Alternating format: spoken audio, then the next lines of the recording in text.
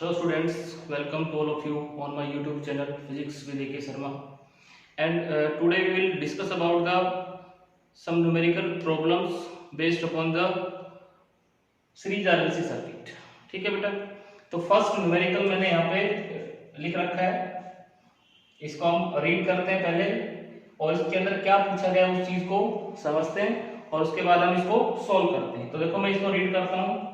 A register of 12 ओम, कोई register है और वो 12 ओम का है. A capacitor of 14 reactance 14 ohm and a pure inductor of inductance 0.1 Henry.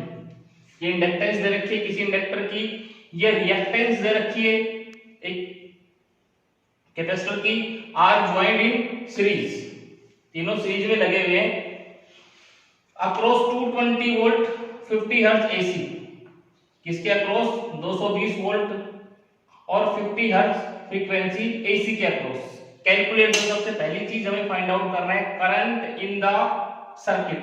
तो सर्किट में कितना करंट फ्लो करेगा वो सबसे पहले हमें फाइंड आउट करना है. दूसरा हमें क्या फाइंड आउट करना है, फेज एंगल फाई, और यहाँ पे पाई की वैल्यू हमें 3 लेनी. तो यहाँ पे एक मैं डायग्राम बनाता हूं और उस डायग्राम की हेल्प से हम समझते हैं कि सीरीज आरएलसी सर्किट क्या होता है. सॉल्यूशन मैंने यहाँ पे लिखा है. तो ये मान लो ये हमारे पास एक सर्किट है, मैं यहाँ पे बनाता हूं इसको. ये एक रेजिस्टेंस लगा हुआ है, ये एक इंडक्टर लगा हुआ है और यहाँ पे ये एक कैपेसिटर लगा हुआ है, तीनों सीरीज में. और यहाँ पे ये एक एसी का सोर्स. ये कंप्लीट हो गया सर्किट. इसका जो ई की वैल्यू दे रखी है 220 वोल्ट, ठीक है, और ये इंस्टेंटेनियस वैल्यू दी हुई होती है. ठीक है, 220 वोल्ट और फ्रीक्वेंसी कितनी दे रखी है 50 हर्ट्ज. पाई की वैल्यू में यहाँ पे 3 ले ली. ठीक है, यहाँ पे देखो ये रेजिस्टेंस, इसकी रेजिस्टेंस रखी है 12 ओम. ठीक है बेटा. दूसरा इसकी रिएक्टेंस दे रखी है, यहाँ पे कैपेसिटेंस नहीं दे रखी. इस कैपेसिटर की क्या दे रखी है, रिएक्टेंस. रिएक्टेंस को हम किससे लिखते हैं, एक्ससी से. कैपेसिटेटिव रिएक्टेंस कितना 14 ओम. ये हमें ध्यान में रखना है बच्चे. यहाँ पे इसकी बच्चे जो क्या करते हैं, इसमें यहाँ पे इसको सी की वैल्यू रख देते हैं. देखो जब ओम है तो ये क्या आएगी, इसकी रेजिस्टेंस आएगी, रिएक्टेंस आएगी. इसकी रेजिस्टेंस को क्या बोलते हैं, रिएक्टेंस बोलते हैं. क्या बोलते हैं, रिएक्टेंस. तो एक्ससी से हमने लिखा. और यहाँ पे देखो this is and pure inductor of inductance. यहाँ पे इंडक्टेंस दे रखा है L is equal to 0.1 henry. ठीक, तो यहाँ पे हमें करंट निकालना है. करंट, तो करंट कैसे निकालेंगे, तो यहाँ पे देखो हमारे पास भाई I इज इक्वल टू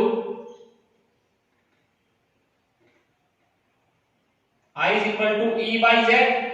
यही तो लिखेंगे, I is equal to E by Z. E तो हमारे पास है, इसमें Z निकालना पड़ेगा. इंपीडेंस, तो इंपीडेंस का फॉर्मूला क्या होता है, Z is equal to under root R square plus XL minus XC इसका और इसके भी फॉर्मूला होता है. अब देखो यहाँ पे हमारे पास R कितना 12 ओम, XC कितना 14 ओम. अब XL हमारे पास नहीं है तो XL हमें निकालना पड़ेगा. XL इंडक्टिव रिएक्टेंस कितना होता है, दिस इज ओमेगा लिखवाया था, और ये कितना 2 पाई म्यू है. भाई ओमेगा कितना होता है 2 पाई म्यू. तो यहाँ पे XL हमारे पास कितना आ जाएगा 2. पाई की वैल्यू कितनी, पाई की वैल्यू 3, म्यू की वैल्यू 50 और L की वैल्यू 0.1 1 बाई 10 कर दो इसको. तो कितना आ गया हमारे पास, 0 से 0 कैंसिल आउट. ये कितना आ गया 30. दिस इज 30 ओम. इसको लिख सकते हैं कितना आएगा, कैलकुलेट करेंगे तो XL हमारे पास आ गया 30 ओम. XL कितना आ गया 30 ओम. तो यहाँ पे देखो, यहाँ से अब Z निकाल लो. Z कितना आ जाएगा, Z is equal to value रखो सारी की सारी, R स्क्वायर 12 का स्क्वायर प्लस XL. XL कितना हमारे पास 30 माइनस एक्स सी 14 इसका होल स्क्वायर। इसको सोल्व करेंगे तो देखो यहाँ पे कितना आएगा 144, 12 का स्क्वायर 144 होता है, प्लस ये कितना बच गया 30 में से 14 गए तो कितने बचे 16 और ये हो गया 256। ठीक है, और ये 256 हो गया तो यहाँ पे देखो ये कितना आएगा, दिस इज 0 0 400। ठीक है, जेड कितना आ गया और ये हमारे पास आ गया 20 ओम।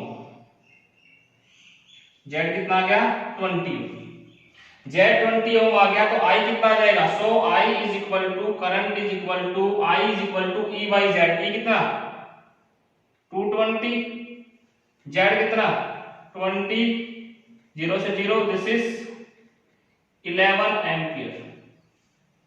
ये कितना करंट आ गया हमारे पास 11 एम्पियर। तो इसमें कितना करंट फ्लो करेगा 11 एम्पियर। कुछ नहीं किया, पहले इसका इंपीडेंस निकाला, इंपीडेंस निकाल करके और उस इंपीडेंस की वैल्यू से हमने करंट की वैल्यू निकाली। दूसरी चीज हमसे क्या पूछिए, phase phi, phase angle phi निकालना है। तो फाई के लिए जो हमने फॉर्मूला निकाल रखा है, फॉर्मूला लिखवा रखा है, फॉर्मूला क्या है वो देखो, फाई निकाल लेते हैं उससे। तो फाई निकालने का फॉर्मूला क्या होता है बेटा वो देखिए, देखो यहाँ पे tan फाई हमने लिखवाया था, tan phi is equal to XL minus XC divided by R, कुछ ध्यान हो तो। और tan phi is equal to हमारे पास आ जाएगा, दिस इज एक्सएल कितना, एक्सएल की वैल्यू, एक्सएल की वैल्यू हमारे पास this is 30 minus 14 divided by 12, 16 by 12, ये हमारे पास आ गया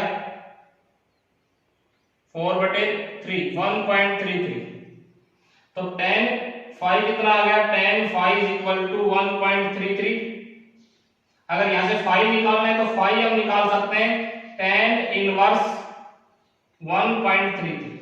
इतना लिख देते हो बिल्कुल सही है। इसकी इसकी वैल्यू जो होती है मैं लिख देता हूं यहाँ पे, इसकी वैल्यू 53 डिग्री 9 मिनट की वैल्यू होती है। लेकिन आप यहीं तक लिखोगे क्योंकि इसकी जो वैल्यू होती है वो हमें टेबल से देखनी पड़ेगी। तो कितनी होती है 53 डिग्री 9 मिनट।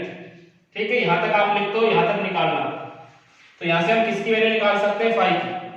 तो जो करंट और वोल्टेज के बीच में क्योंकि इस तरह का कुछ ग्राफ आता है हमारे पास, ये इस तरह का था, तो ये एंगल फाई होता है। ये कितना है हमारे पास, फाई हमारे पास आया 53 डिग्री 9 मिनट। इधर वोल्टेज होती है, इधर क्या होता है करंट, OX लिखा था हमने यहाँ पे। तो ये E रिजल्टेंट आएगा और ये क्या है, इन दोनों के बीच में कितना एंगल है 53.9, यानी कि वोल्टेज लीड कर रहा है करंट को इस LCR सर्किट में, सीरीज LCR सर्किट में कितने एंगल से 53 डिग्री 9 मिनट से। ठीक है बेटा, तो इस तरह से हम ऐसी प्रॉब्लम्स को हम सोल्व कर सकते हैं। बेटा नेक्स्ट प्रॉब्लम देखिए, the instantaneous current from AC is I is equal to 5 sin 100 pi t. What is the frequency of AC? What is the RMS value of current? तो देखो यहाँ हमें इंस्टेंटेनियस वैल्यू दे रखी है। इंस्टेंटेनियस सॉल्यूशन देखो इसका, instantaneous value given, instantaneous value, instantaneous value of AC कितने दे रखी है, I is equal to 5 sine 100 pi t इधर रखिए।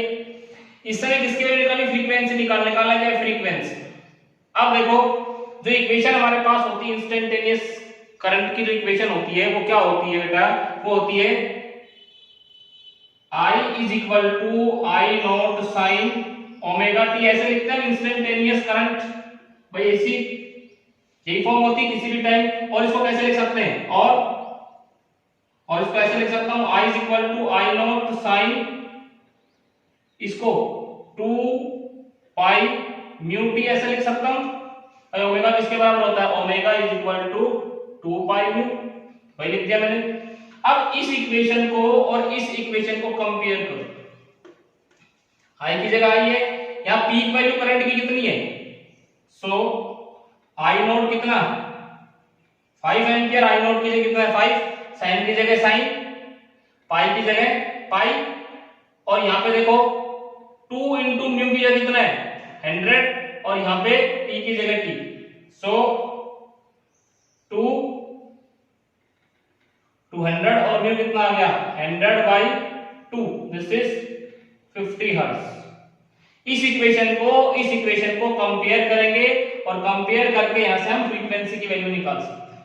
उसके बाद RMS value of current, RMS value of current कितनी होती है, RMS value RMS I R M S is equal to I naught by root 2, ऐसा कुछ पढ़ा है हमने।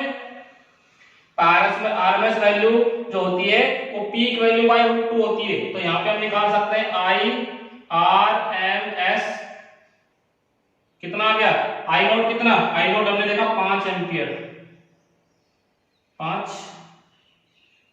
पाई बाई रूट 2, ठीक है। आई आरएमएस कितना आ गया 5 बाई रूट 2, और ये 5 बाई रूट 2 एंपियर। ये हमारे पास किसकी वैल्यू आ गई, आरएमएस वैल्यू आ गई किसकी, करंट, ठीक है बेटा। देखो बेटा नेक्स्ट क्वेश्चन देखो, a light bulb is rated at 100 volt, यहां क्या दे रखा है 100 volt, this is power, volt में क्या होती है power, for 220 volt supply, voltage कितना दे रखा है 220 volt, find resistance of the bulb, peak voltage of the source, RMS value of current through the bulb. RMS value निकालनी है करंट की, वोल्टेज की पीक वैल्यू निकालनी है और रेजिस्टेंस निकालना है बल्ब का। तो यहां पे देखो ये हमें ये जो गिवन है ये कौन सी वैल्यू होती है, ये इंस्टेंटेनियस वैल्यू होती है, कौन सी वैल्यू होती है आरएमएस, ये हमारे पास आरएमएस वैल्यू होती है, वर्चुअल वैल्यू होती है। So solution given E virtual लिख लो चाहे आरएमएस लिख दो, मैं लिख लेता हूं आरएमएस, कितना दे रखा है 220 वोल्ट, पावर कितना दे रखा है 100 वोल्ट, रेजिस्टेंस निकालनी है आर। तो रेजिस्टेंस, ईएमएफ और पावर में क्या रिलेशन होता है, तो हमने पढ़ा होगा पावर का एक formula P is equal to V square by R, तो हम ये क्या करेंगे P is equal to E RMS square upon R, और R कितना आ जाएगा, R is equal to ERMS square, ERMS की वैल्यू कितनी है 220 volt divided by P, P कितना है 100, 220 multiply by 220 divided by 100, 484 ohm. तो ये जो गिवन वैल्यू होती है, यहाँ पे जो फर्स्ट वैल्यू दी हुई होती है वोल्टेज की, वो क्या होती है आरएमएस वैल्यू, क्योंकि जो रीडिंग हमें दिखाएगा हमारा ऑपरेटर वो किसकी वैल्यू दिखाता है आरएमएस वैल्यू, ठीक है। अगर क्वेश्चन में लिख रखा है कि ये पीक वैल्यू है तब तो बात अलग है, अदरवाइज कुछ नहीं लिखा तो हम इसको आरएमएस वैल्यू मान करके चलेंगे, क्या मान के चलेंगे आरएमएस वैल्यू। ये तो फर्स्ट पार्ट हो गया। सेकंड पार्ट देखिए बेटा, इसका second part peak voltage of the source, peak voltage, second देखो पीक वोल्टेज, पीक वोल्टेज यानी कि ई नोट, ई नोट किसके बराबर होता है √2 इंटू ई आरएमएस, सभी ने पढ़ा है भाई, √2 इंटू, या फिर इसको नीचे ले आओ E RMS is equal to peak value by √2, तो ई नोट कितना हो जाएगा, दिस इज √2 मल्टीप्लाई बाई 220, और ये लगभग 311 वोल्ट के आसपास आएगा, ठीक है। तो पीक वैल्यू आ गया हमारे पास। तीसरा पार्ट देखो, थर्ड पार्ट, ये बहुत आसान है, RMS value of current through the bulb. तो आई आरएमएस, आरएमएस वैल्यू निकालनी है किसकी, करंट की, तो तो करंट की आई आरएमएस वैल्यू कैसे निकालेंगे? तो यहाँ पे देखो E बाई आर होता है, तो E RMS divided by R. E RMS कितना? ई आरएमएस हमारे पास this is 220 divided by ampere. ये हमारे पास E RMS I RMS current की आरएमएस वैल्यू आ गई। नेक्स्ट देखो बेटा इंपीडेंस ट्रायंगल। नेक्स्ट टॉपिक जो हमारा है इंपीडेंस ट्रायंगल। Impedance triangle. अच्छा, इंपीडेंस ट्रायंगल क्या होता है? तो इंपीडेंस ट्रायंगल जो सीरीज आरएलसी सर्किट में, अभी हमने सीरीज आरएलसी सर्किट पढ़ा था कल, तो सीरीज आरएलसी सर्किट में जो हमारे पास टोटल इंपीडेंस आती है उसको एक ट्रायंगल से हम रिप्रेजेंट करते हैं और उसी को क्या बोलते हैं? Impedance triangle. The total resistance या पोजीशन बोल सकते हो offered by series RLC circuit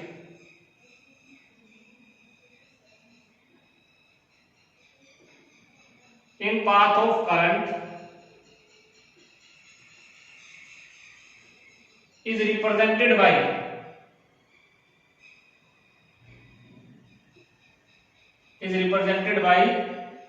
a triangle known as impedance triangle। उसी को हम impedance triangle बोलते हैं। जैसे देखो ये इस तरह का ट्रायंगल होता है हमारे पास। मैं यहाँ पे एक डायग्राम बना के दिखा देता हूं तुम्हें। ये इस तरह का डायग्राम, तो यहाँ पे हमने x, यहाँ पे O,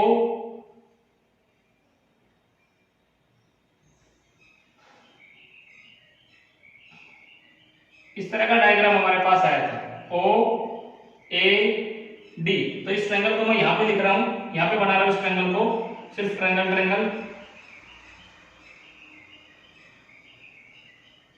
O A D। इधर क्या था हमारा? Resistance R। इधर क्या था हमारा?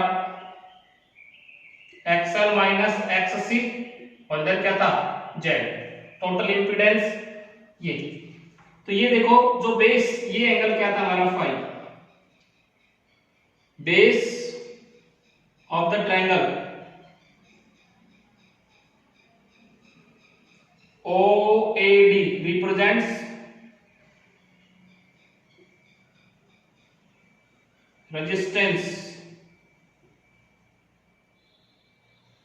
R। ठीक है। Perpendicular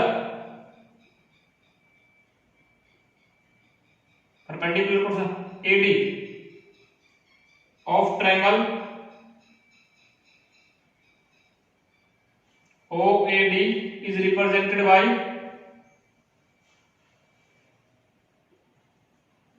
XL minus XC and hypotenuse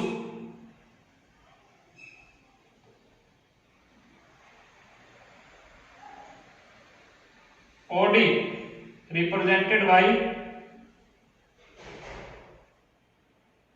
Z impedance। ठीक है। और फाई क्या होता है? फेज एंगल होता है। फाई क्या होता है? Phase angle. ठीक है।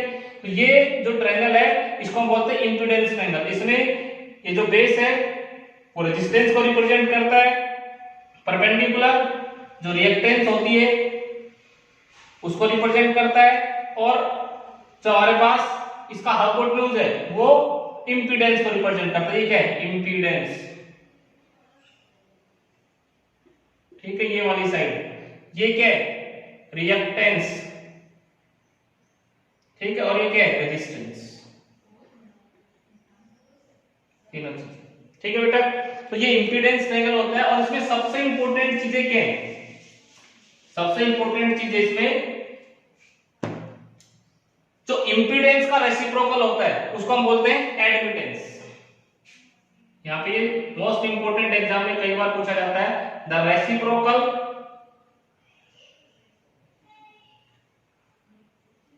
Of impedance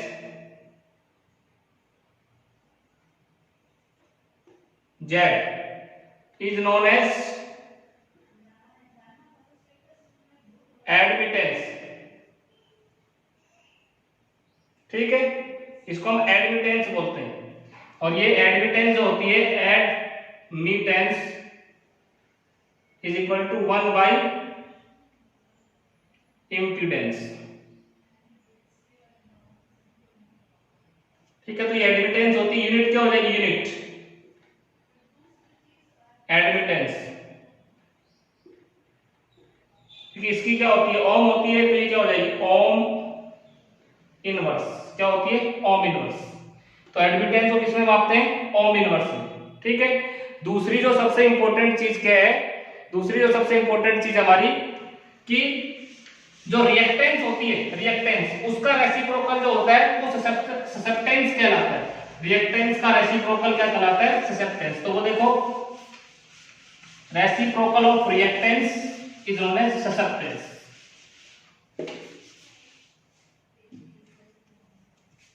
The reciprocal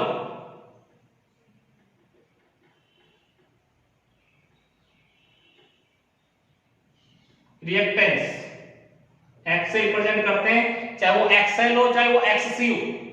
XL हो गया तो किसकी रिएक्टेंस, इंडक्टर की, और XC हो गया तो किसकी रिएक्टेंस, कैपेसिटर की।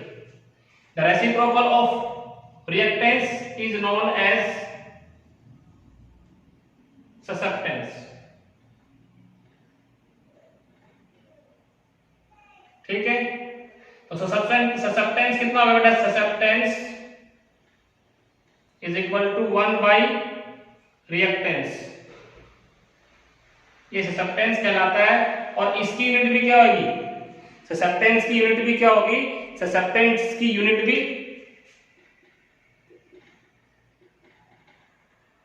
susceptance is ohm inverse। क्योंकि रिएक्टेंस ये भी एक रेजिस्टेंस होती है, तो 1 बाई ओम, ओम इनवर्स आ जाएगा। क्या आ जाएगा, ओम इनवर्स। तो एडमिटेंस का, सॉरी, इंपीडेंस का रेसिप्रोकल क्या होता है, एडमिटेंस।